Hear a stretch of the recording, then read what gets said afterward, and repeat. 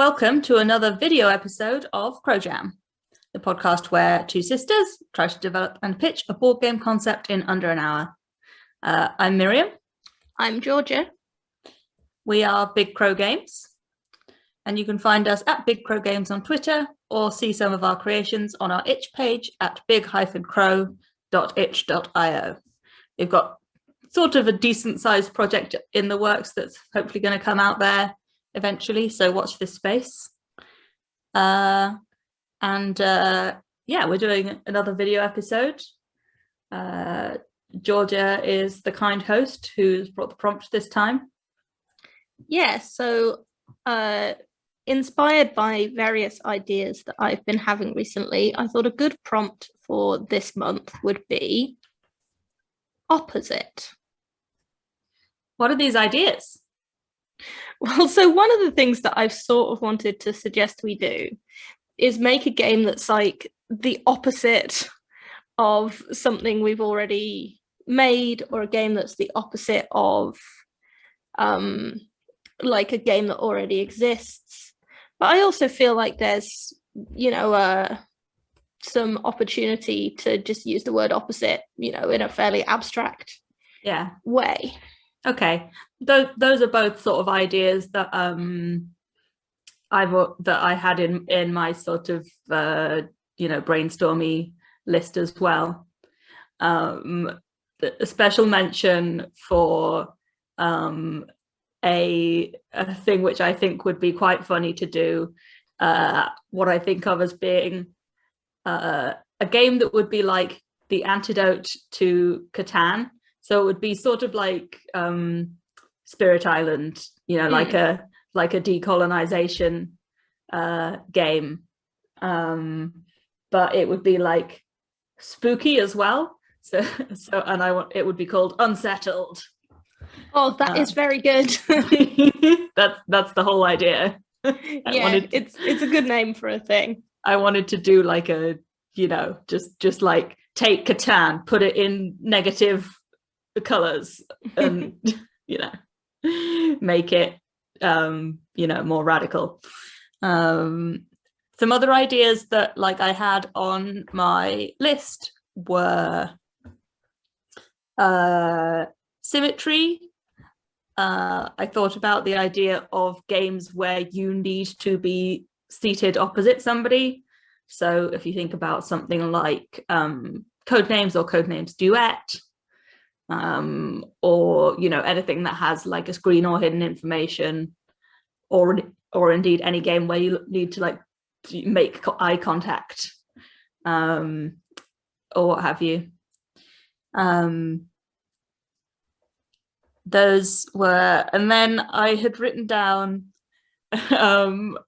just a very, very abstract idea, like maybe like an RPG or storytelling-y type thing, which would be called Opposite Day, but it wouldn't necessarily be like the stupid opposite day joke, but it would just like have some kind of mechanics or like fun things in it about doing things in an opposite way.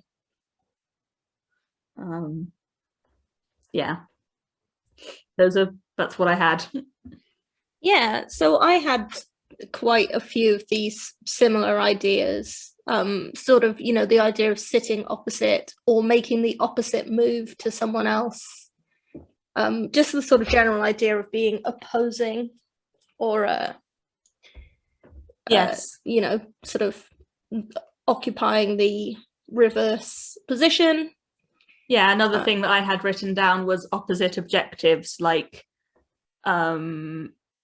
there's a cute little game called Aqualin, where it's basically like a very simple tile movement game with sea creatures, but one of you is trying to collect groups by like creature type, and one of you is trying to collect groups by color.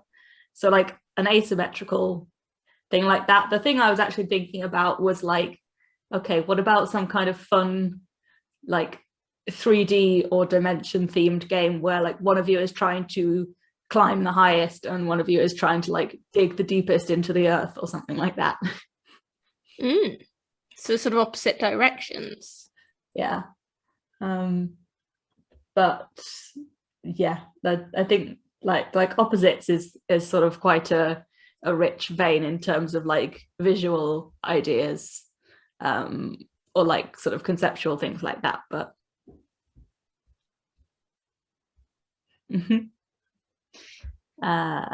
yeah. Yeah, I was just noting down the idea of kind of same but opposite, where you have sort of, I feel like you encounter this most commonly with people or characters, where I guess they're sort of two ends of the same spectrum or something like that. Okay. Do you you have know an what example? trying to think of an example now, and I don't immediately have one that comes to mind, but it would be like two characters who are both absolute gremlins, but maybe one of them lives in the dump and the other one is like a princess. Do you know what I mean? Okay. Yeah, okay. Sure.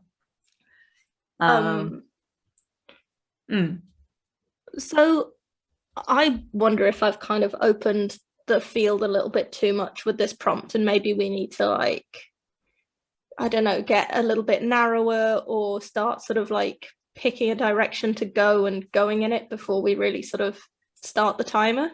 It does seem like that's a thing we want to do, yes. Unfortunately, I like a lot of these ideas. I do sort of really want to explore the idea of taking something and trying to go as far in the opposite direction from that as we can. Like, okay. But I don't know. What I'd really like to do is find out if we could take something we already like, try and do everything different, and still produce something we like. Mm-hmm. Does that make sense? Yes. Sorry. Cool. Yes, I think that sounds like a really fun idea. Okay, what is a game that we both really like? I mean, you already named Code Names, which I think is a really good game. I mean, a game that I love to play that's a very old school choice is Pictionary. I don't know if you love Pictionary. Yes. I mean, Pictionary is a very fun game. Maybe there's not quite enough in it to. Yeah, I think that's fair. It might need to be something with theme. Mm. What do you have any picks on like games you really love? Games I really love. I tend to love games with. I'm quite big on abstract games, and I'm quite big on like limited communication type games. So the opposite of that would be something themed with tons of communication, which I think is like a tabletop RPG. Yeah, sure. I also like those for what it's worth. I saw a friend today and I was just talking about how listeners will probably be familiar with Wingspan, the like bird habitat themed sort of engine builder card game. And I find it hard to let go of how much I love Wingspan, because I feel like that I can, if somebody at the cafe says, oh, we really enjoyed Wingspan, have you got anything like that? There just is nothing like that. And it does so much that lots of other games do, but it does it more because it like has this real variety within like what the strategy can be, and it has all this depth with like lots of lovely pictures of birds and facts about birds, and that all of the mechanics are very closely tied to like the actual ecology of those birds, and it just rules. We probably need to start the timer. We haven't yet done that yet. We haven't started the timer yet, but I feel like I don't quite have a handle on what direction we're going. So I'd like to press for us to push on a little bit, and I'll try and think about some things that I like in games. I quite like games with I do like games with like a light theme. rather than something really heavily themed. Especially if the theme is kind of quite cutesy. Yeah. I like deck builders. I like games where you're trying to sort of do something in a way that's quite efficient. Okay. I don't know. No, we need to pick a game that we both like, basically. Okay. What is your favorite game that we have played together?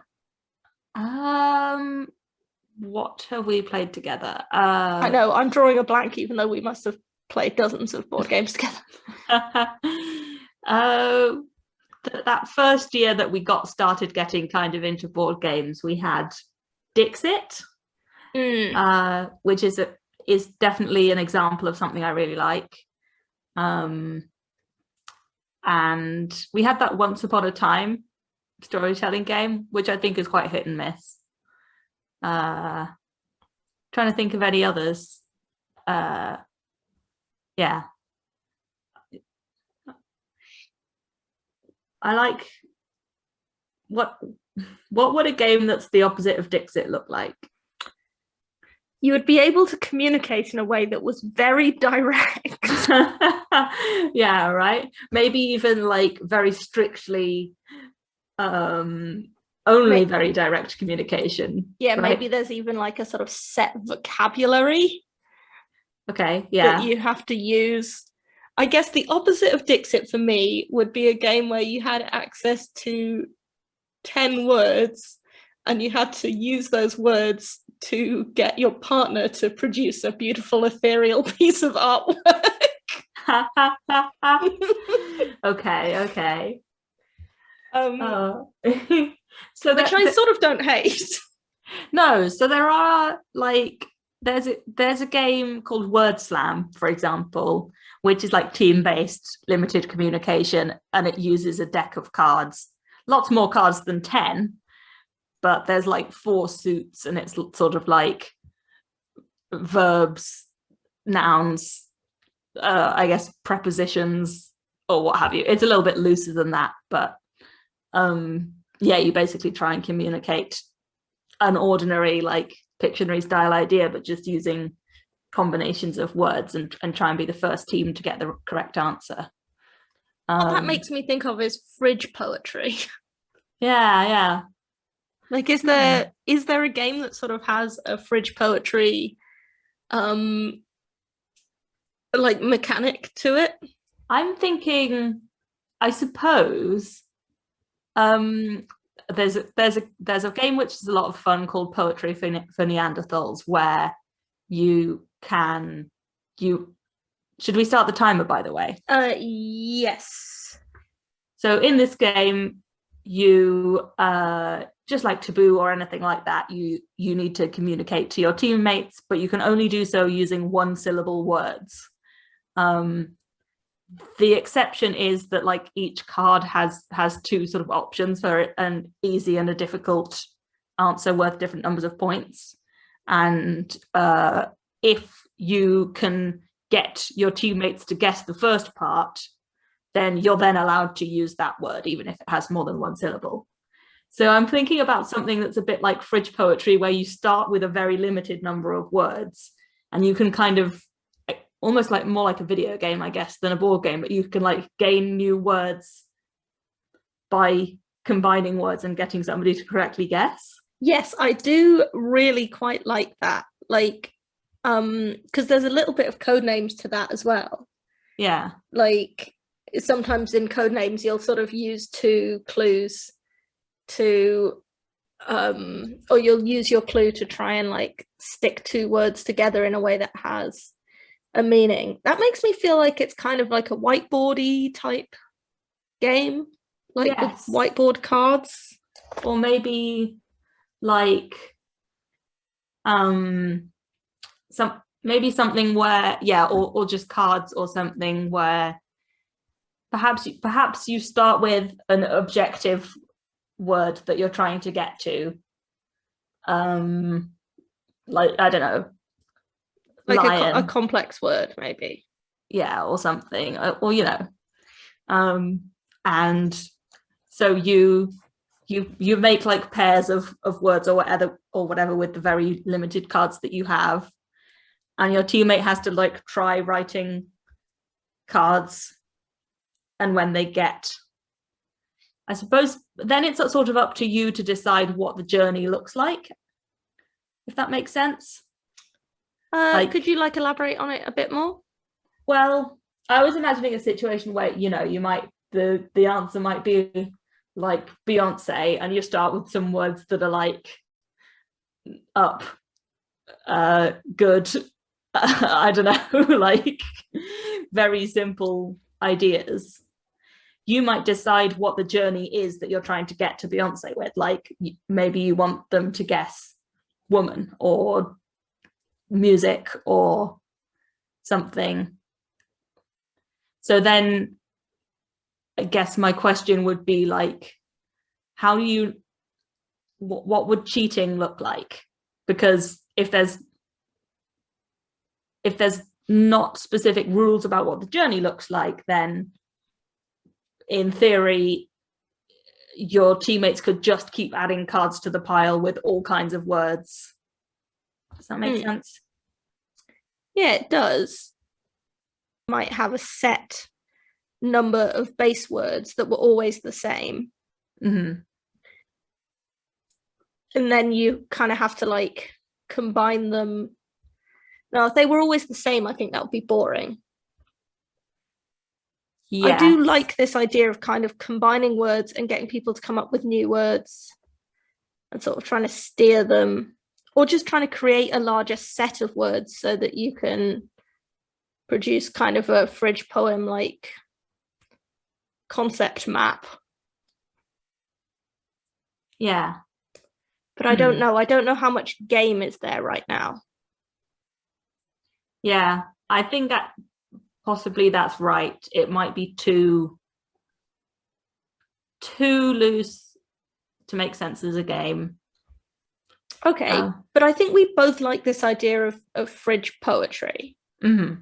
So just like taking that as a jumping off point, okay, let's start with what's fun about fridge poetry? It's got just kind of like non-standard grammar that is the kind of thing that just makes language feel kind of novel and fun, right? Yeah, it's a very playful way to communicate, but also because of your limited choices of words, you can end up making something artistic, even if you're not sort of artistic yourself. Yeah, that is a thing that's really nice about it. I, for a while, was quite addicted to trying to do like avant-garde poetry in octordal. Yes, I am aware like, of this. Even harder than fridge poetry, I would say, because you don't know what the words are going to be or what order that you're going to get them in. But it's the kind of thing I enjoy because, yeah, it ends up being sort of sounding different, playful, but also it can end up being quite like artistic, I guess. Yeah, there's a really good example which I've just googled because I just think it's so good that someone tweeted. It's tweeted by someone conveniently named Lindsay Lycanthrope, which is a fridge magnet poem about being a werewolf. Nice. Which I think of all the time. It's moon drunk monster, beautiful and strange. Howl your melancholy question and tell me which you dread more, the echo or the answer. Oh God, that's very good. I know, but that, I mean, it's just fully with fridge magnets. Would this be fun as not a standard game, more of an RPG, and perhaps we could bring in the opposite theme with like a 2-player RPG where there's some kind of oppositional element between you. Like I'm thinking like really sort of like cheesy and exaggerated, like you know, like one of you is an angel and one of you is a devil or whatever, but it could be as simple as like, you know, two partners going through a breakup or something like that. And yeah, the what the RPG gives you is this like set of words, and presumably there's quite a lot of like room for creativity and choice in terms of what the messages are that you're giving each other, but you would want to set some kind of framework on it, I guess. Does that make sense? Yeah, it does make sense. There's something that I like in there. So I guess the idea would be that it's a role-playing game, and so you use this kind of limited vocabulary you have to do what you're going to do. So it's kind of like an old text-based adventure game, right? Like available exits are North, East, and Dennis. Yes. And you would be you would sort of. So what do you both want? I guess that's kind of the question, because if it's pre-written into the game who you are and what you're after, then every game would be quite similar, I guess. There needs to be some room for the player to create the scenario, I feel like. Just, yeah, I'm not sure. Like, I wrote a little 2-player RPG, and in that the scenario was sort of fixed, but the specifics were up to the players. So it was one of them plays a robot who is at a new job, having come from a very different job, and the other person is the person who's going to be like training the robot. And so the robot decides what their old job was, and the other player doesn't know. And the other player decides what the new job is, and the robot doesn't know, or rather does know, but like has to learn to do. They like arrive with 3 commands from their previous job, and the trainer has to kind of like help them along the journey of getting used to their new role. Yeah, I remember that one, and I remember it being super cute. So it might be something like that, where there's a set type of scenario, but the specifics can be chosen by the players. What if at the start of the game you got to write down like a set number of verbs, nouns, like prepositions, whatever? I didn't go to school for grammar. You have to write down a certain number of all of those on cards, and then everyone playing swaps cards with each other, so that you end up with like a preset set of actions, but you don't know what they're going to be. I mean, I'm cool with that.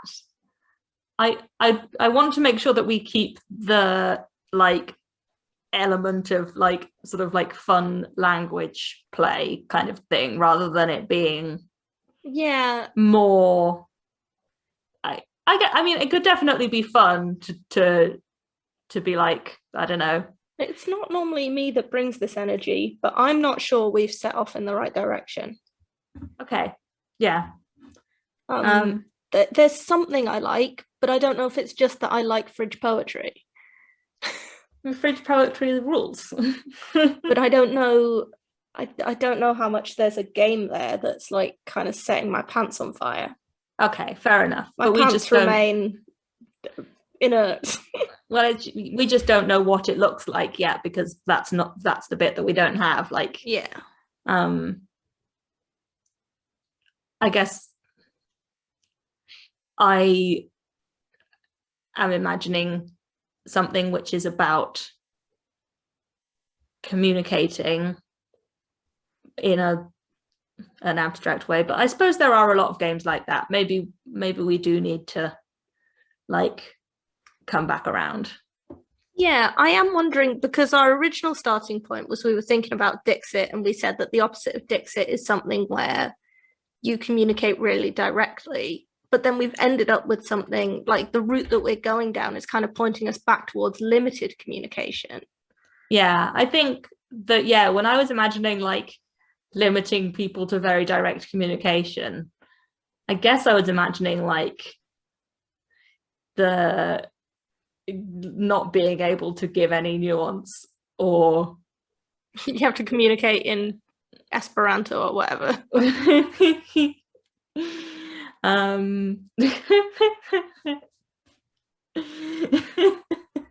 Sorry, I've just seen your little pants not on fire drawing.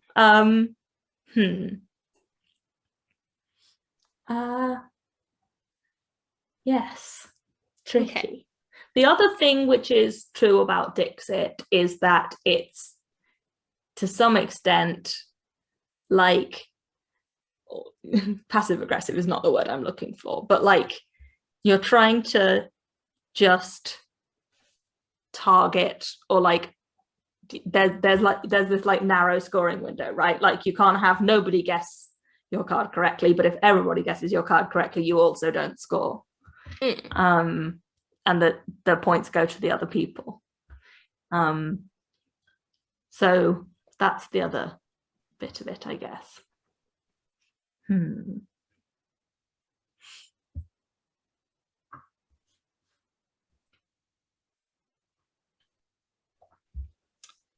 Okay. What is fun? This is my big question, is like, what is it that is fun about having like the complete freedom to communicate with your fellow players? For example, like if you're able to communicate without big obstacles, what is fun about that? Yeah, I mean, this is why I love limited communication. Yeah, me too. I love limited communication. What's fun about Dixit is the same thing that's fun in all of games of that type, is like trying to sort of psychically connect to the other players. Yeah. Like trying to get inside their heads. And the opposite of that, I guess, is like trying to physically connect with other players. Trying to get inside their bodies.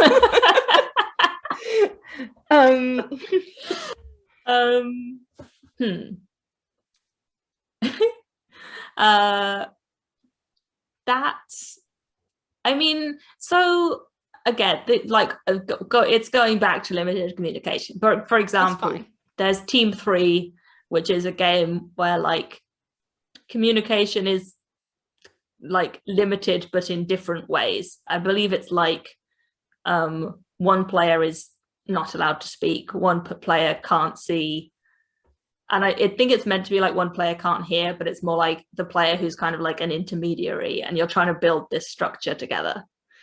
Okay. So in that game, it's like communication is limited, but each person is free to do something. Like the person who can talk can do a lot of talking.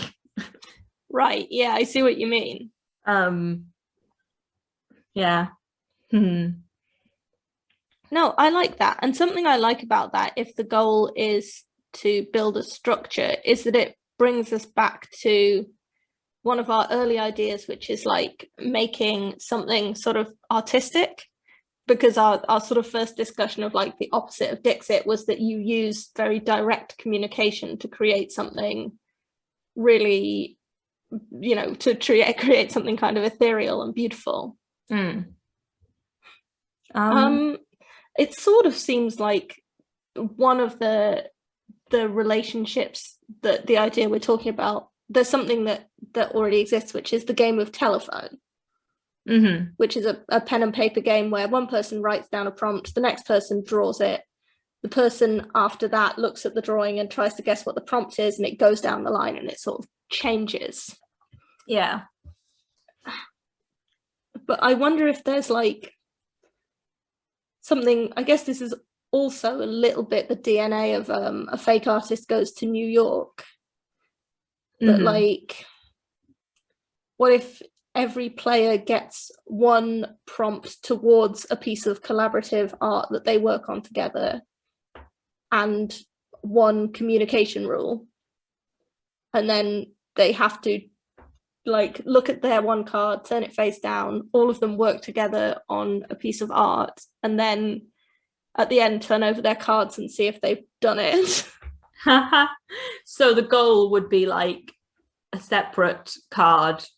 I guess this would be a situation where like cards come in sets, like a bit like Spyfall or something, where like one of the cards is what you're actually trying to make, or is there no specific goal as to what you're trying to make? It's just like you each have a prompt and you're trying to make a thing, and the fun is just in seeing what thing happens. Yeah, so that's what I was imagining. So like one of you has a card that says like draw a snake, and then the next one has a card that says like don't use red, and one of you has a card that says I don't know, color outside the lines or whatever, and then also each of you has a communication rule that goes with that. So it would be paired on the card in such a way to, so if your rule was like don't use red, and then your communication rule is like you can't use any color words. Okay, I feel like there's that would end up being, I'm imagining sort of, and I think this is fun but potentially a little bit manic, like a situation where people start drawing and then somebody else is just like grabbing the pen or like shaking their hands wildly like, no, don't do it. What if everyone has a prompt except for the artist? Okay, so it's maybe like played in rounds so that everyone gets a go as the artist, but everyone has like one card that has what they want and also their communication rule, and they have to like direct the artist to produce something. Yeah, I mean, it's an idea which works in theory. I guess like what the communication rules are makes a difference, and is, I would want quite a solid example to feel sure that it's going to work, unless it's just like move your hands up, down, left, curve, or whatever. Like I think there's a game which came out fairly recently called Decorum, and it's like a cooperative puzzle game about interior decoration. I think we might have talked about it before. Yeah, which we gave a go at a cafe, and it is sort of like you're not allowed to say what you want, but if somebody changes something in one of the rooms, you can be like, I hate it.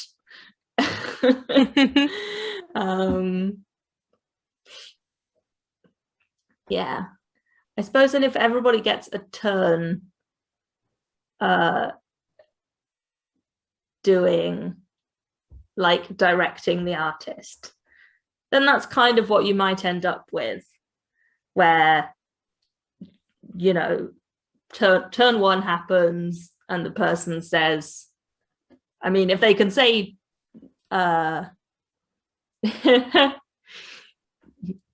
you know, perhaps they manage to get like a wiggly line on the page, and then it's the next person's turn, but they didn't, it was already drawn in red, then they have to be like, okay, can we get rid of that, please? I don't know. I like this idea. I have to say, I was imagining something like a little bit more I guess more abstract, and I don't know whether this would still retain the fun, but I quite like the idea of like one person's prompt being like a river flows down from the mountains or something, and they're like each person's thing just being like an element of the scene. And, okay. but I don't know. No, I quite like that. The other thing I was thinking would maybe be some people's prompts being super abstract. Okay, like some people's prompts being like ambition. To make it more sort of up for debate at the end whether the artist had sort of successfully achieved it. Okay. In the, again, sort of slightly in the spirit of Fake Artist Goes to New York. Yeah.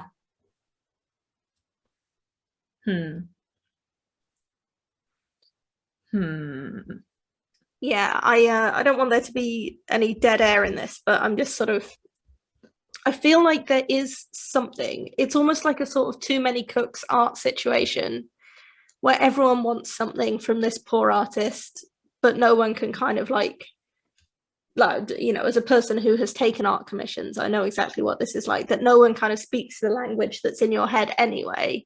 You know, someone will be like, oh yeah, I like what you've drafted up here, but could you just make it more pow? And you're like, what does that mean? Maybe that is the rule, is you just have to be kind of pretentious and vague. No. Yeah, I feel like that's a little bit too like exploitable. I'd like it to be a bit more, you know, I feel like it could be winnowed down to just like a few different ways in which your communication can be limited, or maybe even just like your interaction with it could be limited. Like maybe you're not allowed to look at the canvas while the artist is drawing. Okay. I mean, I like a lot of these options that you've put in your illustration, like not like the person A wants there to be a snake in the picture, but can't say snake and can't like do actions. I like no speak, only sounds. Like only sound effects is a good communication rule. And you know what's nice is that this version could be like recombinable, right? Like it doesn't need to be that the prompts are in sets. It could literally just be like, here's a card with a thing and a rule, and you can just draw and deal those randomly. Yeah, that's exactly what I was kind of thinking. I think that this would be nicest, and it's not a thing that games ever really do. I feel like it would be nicest if it really gave the artist access to like nice materials, you know, or like something decent enough that the group could end up feeling like sort of genuinely proud of the result. Yeah, I agree. Like with a lot of drawing games, some people are always going to be put off by the existence of a drawing element. So I think it would be good if it kind of, yeah, like included some stuff that would make it easier. Yeah, I mean, I think on the whole, most people enjoy a drawing game, but if this game being sort of not quite so clear in terms of like direct yes or no success, yeah, like makes me feel like it's more satisfying if you could like get something that feels like you're at least going to take that picture home, even if it just ends up in a drawer or something, you know? Yeah, totally. Another way of doing the limited communication thing could be sort of a bit more like Taboo, where you have your prompt and then just a list of banned words. But then I don't know if that sort of makes it less fun and more like, what different way can you, then it's basically just Taboo, I guess. Yeah, I think it's definitely more fun to have like a variety of different communication things. I really like the idea of no speak, only sound. Because yeah, and I think it's good, but I also think it's good if there's like a variety. Oh yeah, definitely. I just want to have those things included. Like, only yes or no it's a bit of a stretch, I guess, for if you're really trying to get the weakest, specifically figurative onto the page. I'm just making a note about what you said about people having sort of access to nice art materials.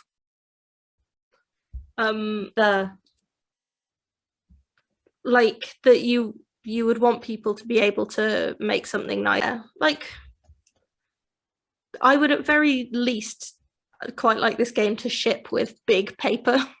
Yes. What might be quite nice is if, I guess,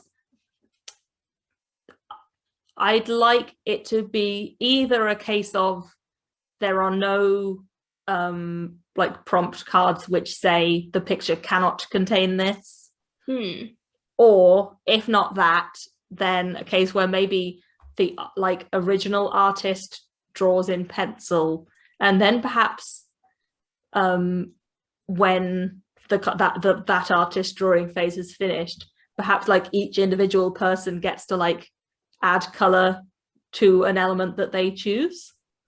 Okay, that's quite fun. I was about to suggest almost the opposite of what you just said, but haha, opposite, we're back.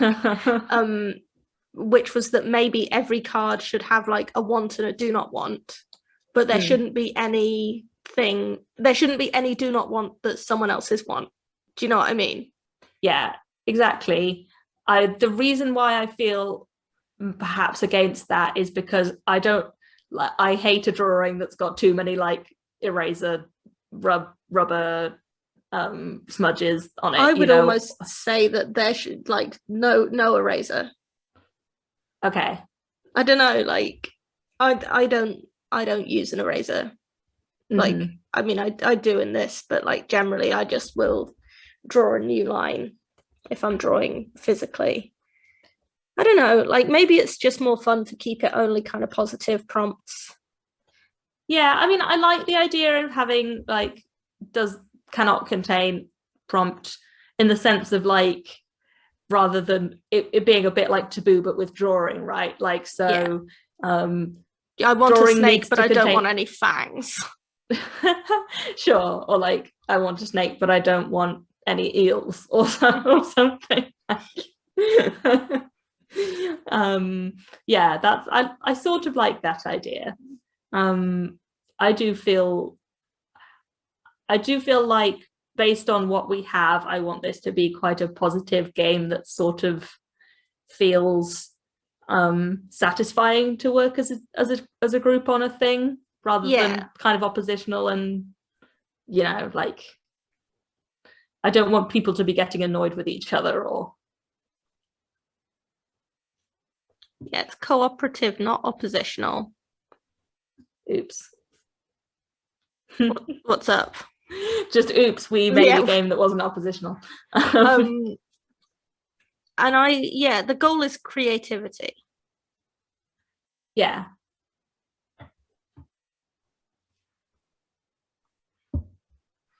I wonder if there's some way to sort of bring the fridge magnet poetry back in somehow. Yeah. Like, as it is, this feels like it would be a game that, if you had a group of friends, all of whom were to some extent artistic, this would be like their absolute jam, right? Yeah. But it would still be fun for people who aren't, but like, yeah. Tell me what you think about this.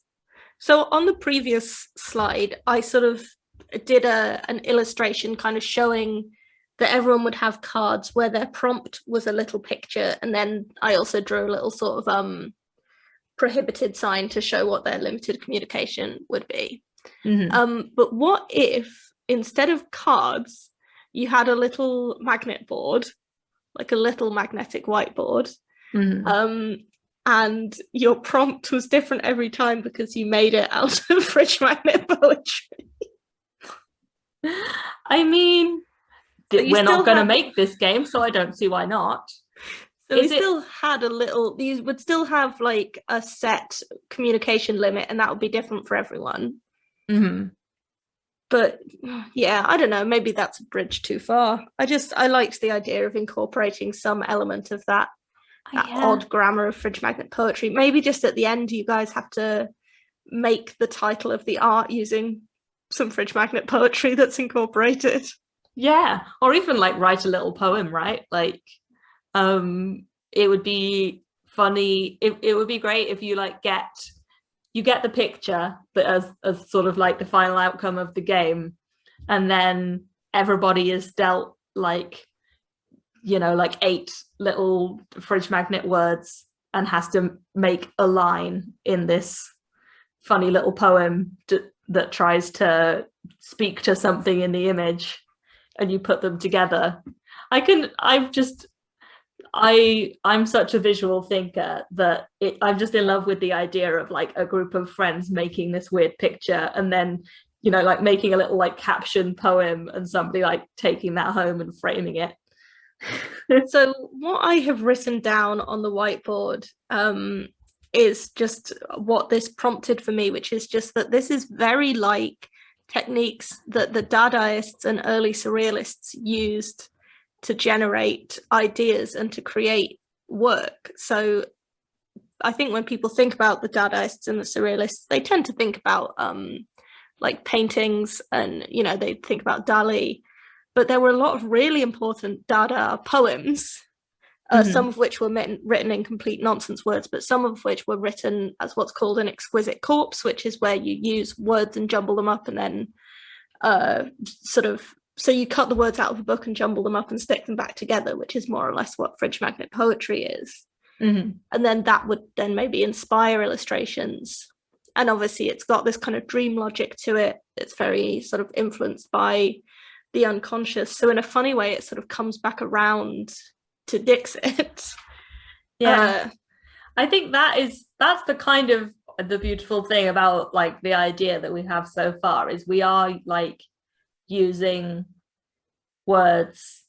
The prompts like help develop the image, and they don't just help develop what's in the image, but like they sort of help develop how it's drawn, what it looks like, because of how that prompt was communicated.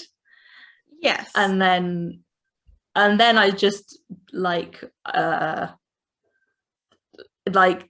also like the idea that you would then sort of, you know, it's almost like telestrations, like then collectively try and turn that image into a piece of art that is words.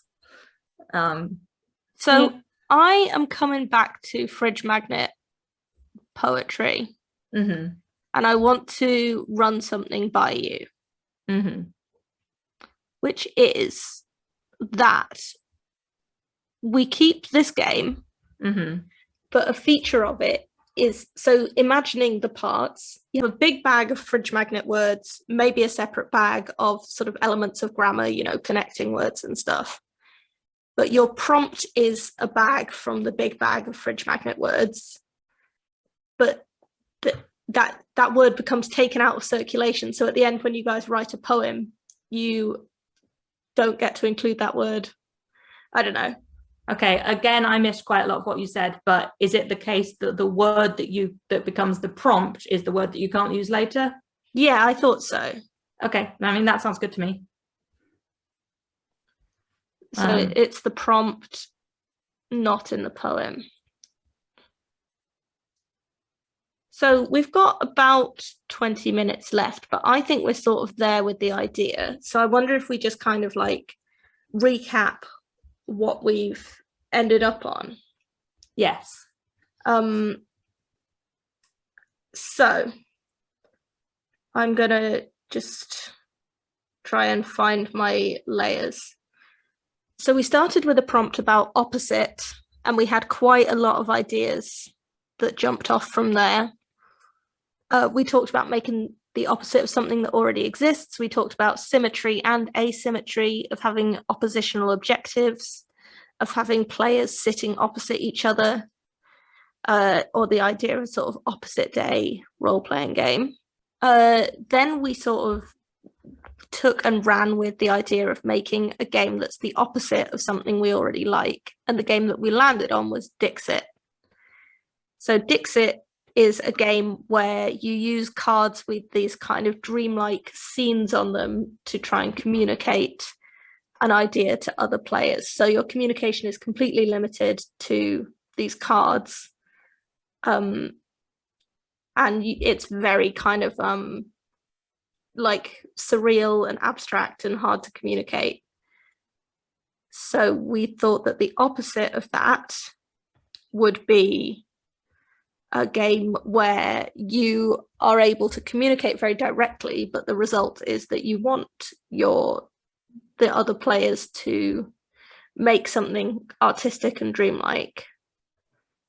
You still there? Yeah, I'm still here. Which prompted us to talk and think about fridge magnet poetry quite a lot. We sort of visualized and thought about some different ways to combine words and use limited sets of words to say things. We ended up feeling like we were going in a bit of a blind alley with that, I would say. Yeah. I mean, limited communication is just a genre that's really been done really well in a lot of ways, and I'm sure there will be lots more games that I fall in love with that, but yeah. But then we sort of ended up in this place where we had a bit of an idea that involved limited communication and trying to use limited communication to create an artwork collaboratively, where one person is drawing and multiple people are feeding into that as the kind of patrons, but there are rules that are preventing them from communicating clearly. And everyone has to try and get what they want out of the art, using cards that can be recombined in such a way that every piece of art will be different. And we wanted it to produce something where every piece of art was sort of engaging and something that people wanted to keep. And where we sort of ended up with was we recombined that a little bit with the fridge magnet idea, but the resulting game is a sort of cooperative game where the goal is to make art. You first collaborate to make a piece of art, and then at the end you use fridge magnet poetry to write a poem about the art. Yeah, I'm so down for this. This would just be so much fun as a thing to do with friends. It is almost more in the kind of like indie RPG space than it is in the like classic hobbyist board game space, but I love that. Yeah, for sure. So we were influenced by a few different games, obviously Dixit, also Fake Artist Goes to New York, Pictionary to some extent, Taboo to some extent. Yeah. So I feel like we need a bit of a name or an identity for this game.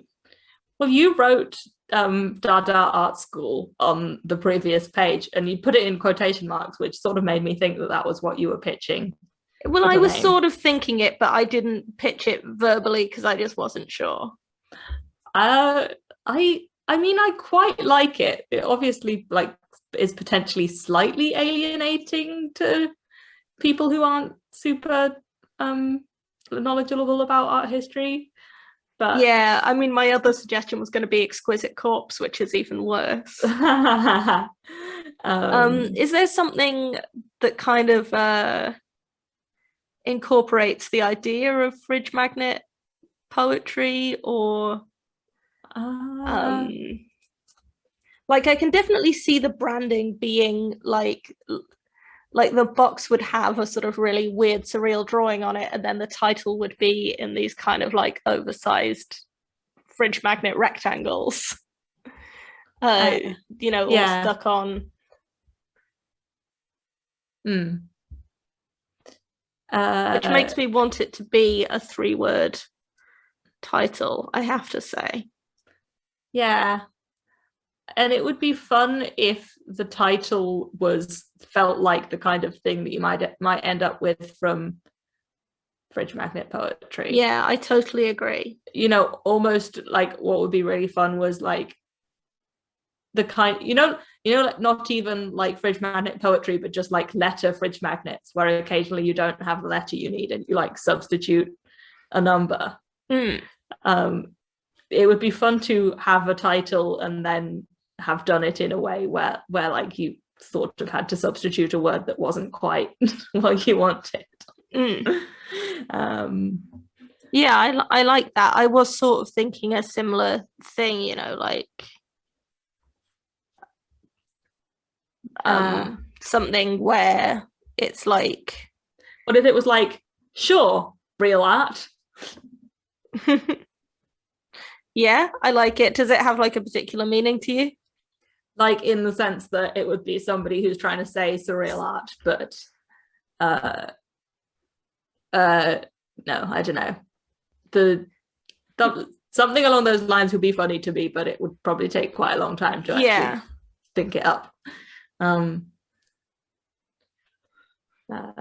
Yeah, and then there's kind of like art happening in the background.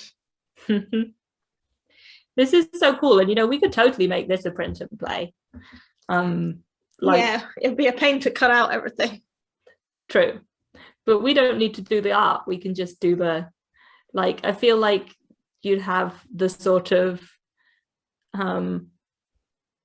nouns, which would be, I guess, the more popular things to use as prompts, and then you'd have like adjectives, but we'd have to try and be quite diligent about like not thinking too hard about relating our adjectives to anything that is in the prompts, but just like, yeah, I don't know. I like this idea. I would totally be down for like trying to write this. Fun. I'm pretty pleased with it. Nice. Okay, well, we finished on time. We made a weird little game. As is always. Hopefully the technical problems weren't too disastrous. Yeah, well, thank you, listener, for listening. We hope you had fun. And watching, if indeed you did. And we will see you again. We will, next month for more Crow Jam. Caw-caw.